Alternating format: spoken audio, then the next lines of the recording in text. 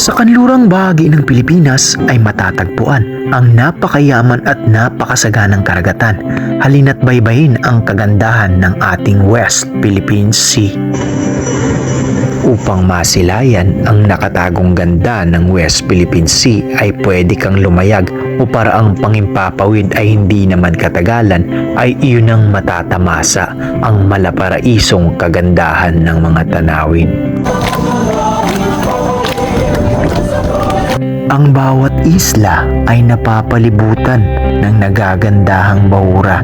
Tila bay sa impapawid ay umaakit ng bawat matang sumisilip. Maliban sa taglay nitong kagandahan ay hindi rin maitatanggi ang kasaganaan nito sa yamang dagat na siyang tinatamasa ng mga mamamayan at turista.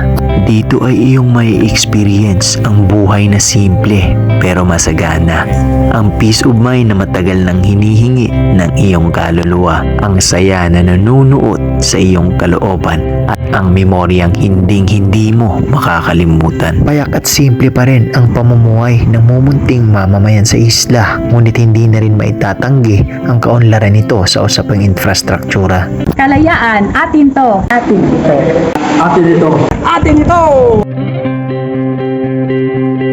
Ito ang nakatagong paraiso sa kanlurang karagatan. Atin ito, Kalayaan West Philippine Sea. Dayon kamo,